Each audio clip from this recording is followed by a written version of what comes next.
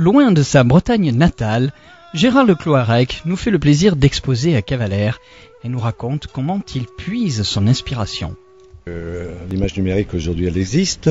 La seule chose c'est que j'ai démarré en 1900 dans les années 80-81 d'un travail précédent. C'est vrai que je me suis toujours intéressé aux sciences, à la technologie, ça a toujours fait partie de mes préoccupations. Donc en 80 ou 82, je faisais des recherches depuis le point des impressionnistes. Et donc, vu ce qui avait l'air de se passer autour de moi, je me suis dit donc l'avenir va vers l'ordinateur. Donc il y avait les prémices, mais il n'y avait rien. On n'avait pas d'ordinateur en 82.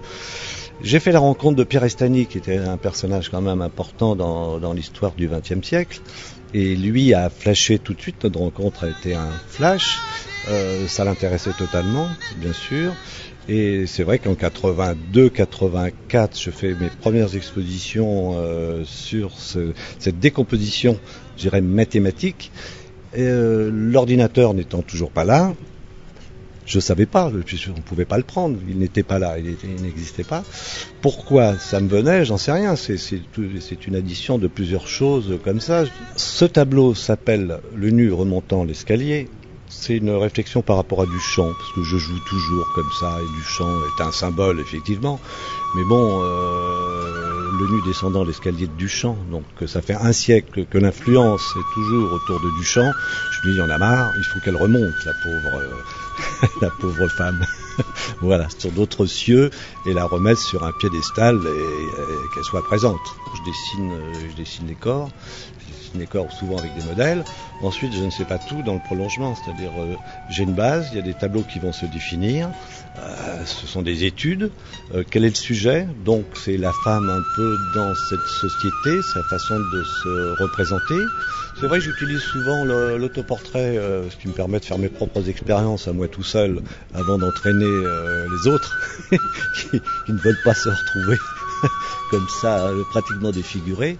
Pour moi, c'est toujours une quête et une recherche, plutôt que de faire, bien sûr, je peux faire un portrait, mais le faire d'une autre façon que tout ce qu'on a pu traiter dans la peinture. Bon, bien sûr, j'adore tous mes anciens, mais je peux pas peindre comme au 19e siècle, essayer de comprendre comment les choses se sont transformées dans le 20e, 21e.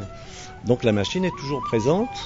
La robotique apparaît, je veux dire, c'est toujours l'homme et la machine. Et j'ai tenté cette expérience l'année dernière, donc depuis mon travail sur les Maasai, sur l'Afrique, où j'étais dans le noir et blanc, et j'ai essayé d'accoler les deux, c'est-à-dire le noir et blanc et la couleur. Il faut focaliser sur un endroit de la vie, c'est-à-dire on le voit là, j'ai focalisé la vie, la mort, et le reste comme un film, c'est-à-dire tout ce qui s'est passé.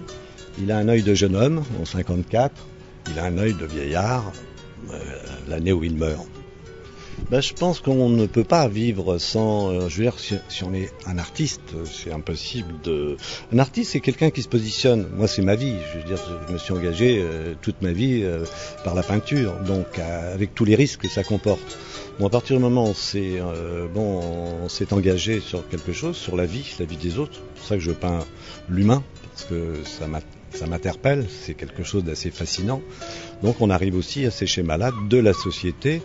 Forcément, je l'inclus dans mon travail, ce qui est normal. Je veux dire, je peux pas échapper aux choses de la vie. Et l'artiste, c'est son rôle de capteur, de regardeur de la vie qui joue, qui marche. Regardez ce matin à Cavalère, les gens qui partent, qui vont travailler, les voitures, les gens qui marchent à pied, les gens qui vont à la plage, peu importe. Tout ça, c'est un ensemble de la vie.